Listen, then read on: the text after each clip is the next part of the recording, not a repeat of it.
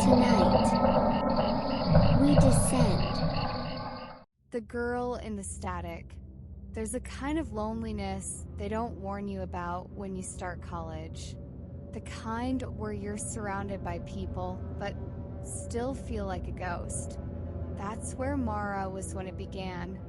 She was a freshman, tucked into a cramped dorm at Hartwell University. The kind of campus with ivy on the walls and secrets in the shadows. Her roommate had dropped out a week into the semester, and Mara was left with silence and lecture recordings to keep her company. She studied late into the night, often with headphones on, replaying lectures at double speed, triple speed, anything to absorb faster. The audio was always a little rough, professors mumbling, chairs creaking, someone coughing in the background. But one night, she heard something else. It was in the psych lecture. Dr. Caldwell was rambling about Jungian archetypes, but beneath his voice, buried in the static, was something off.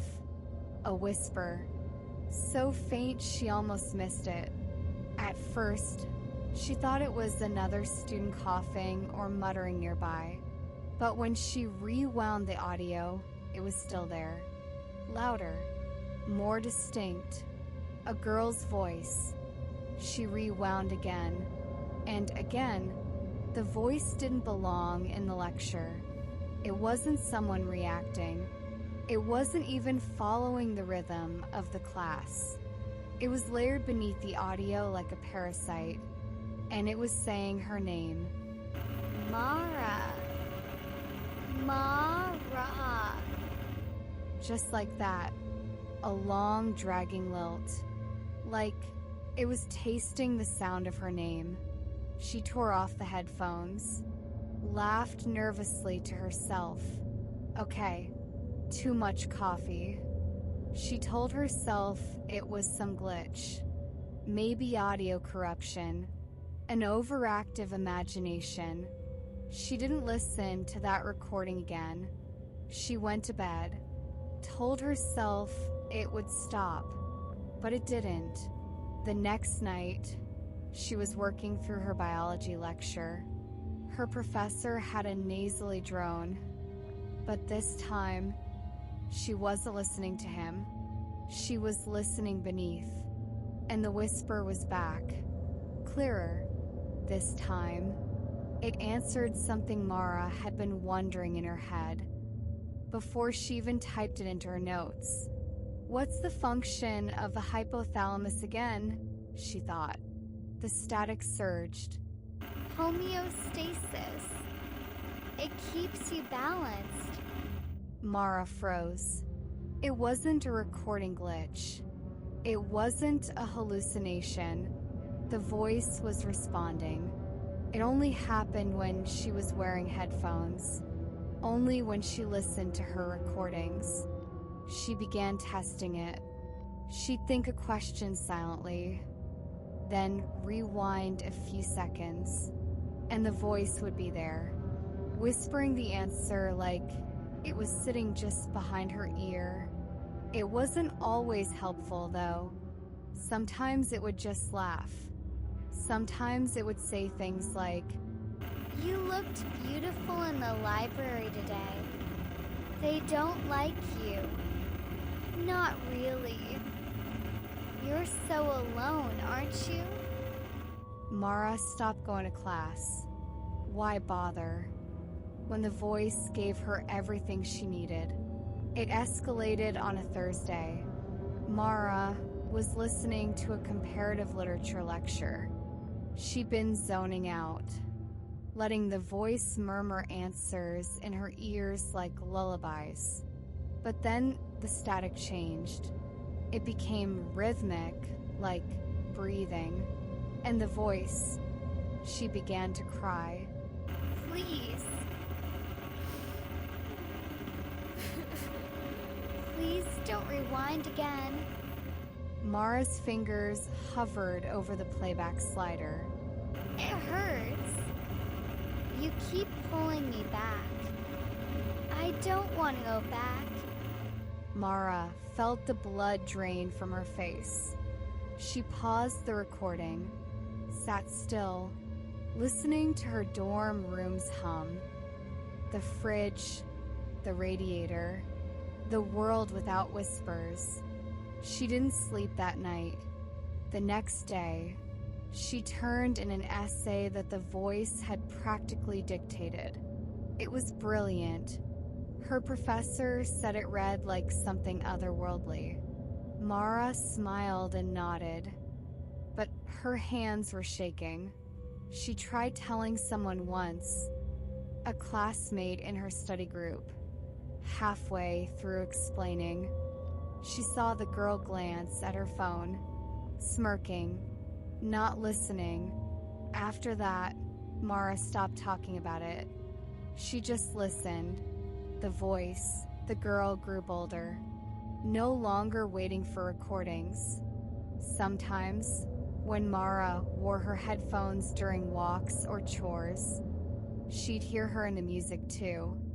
I miss being warm. You have my ears now. Can I have your mouth next? You don't know what they did to me. One night, Mara asked the voice directly, "Who are you?" The whisper was immediate. I was like you. I wanted to know everything, but I didn't know what I was tuning into. Now I'm stuck. By Halloween, Mara didn't look like herself. She was pale. She stopped speaking out loud unless she had to. She jumped when people tapped her shoulder. She flinched when anyone used earbuds near her.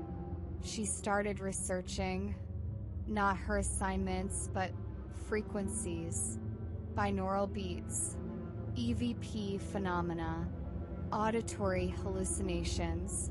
But the more she looked, the more she felt it wasn't science. It was something else. Like she had cracked open a door that shouldn't exist. A frequency that could listen back. Then came the final exam recording.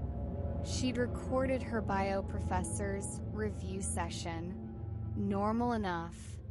Until about 30 minutes in, the audio glitched. Stuttered. Then looped a short fragment over and over.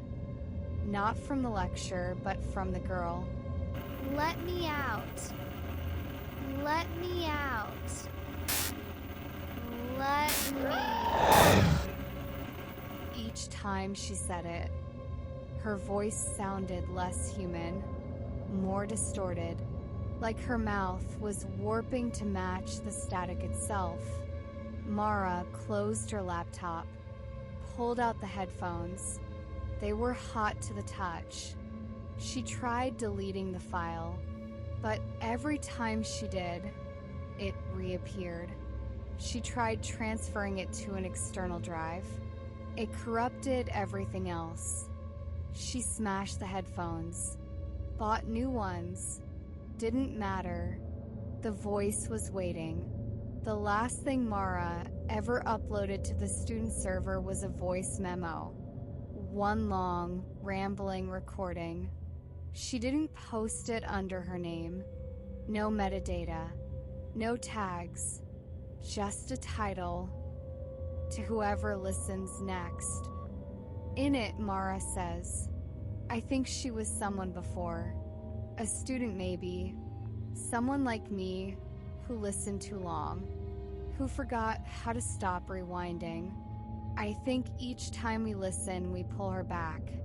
Like a net made of sound. And now she's caught. Or maybe she was never human at all. If you find this, don't rewind. Don't listen again. Just delete it. Burn it. Destroy whatever device you hear this on. Please. I'll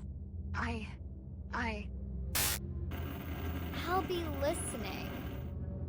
No one's seen Mara since finals. Her dorm was found empty. No signs of struggle. No forwarding address. No calls. No notes. Just one set of headphones on her desk. Plugged in. Still humming. When campus security hit play, they swear they heard someone say their name.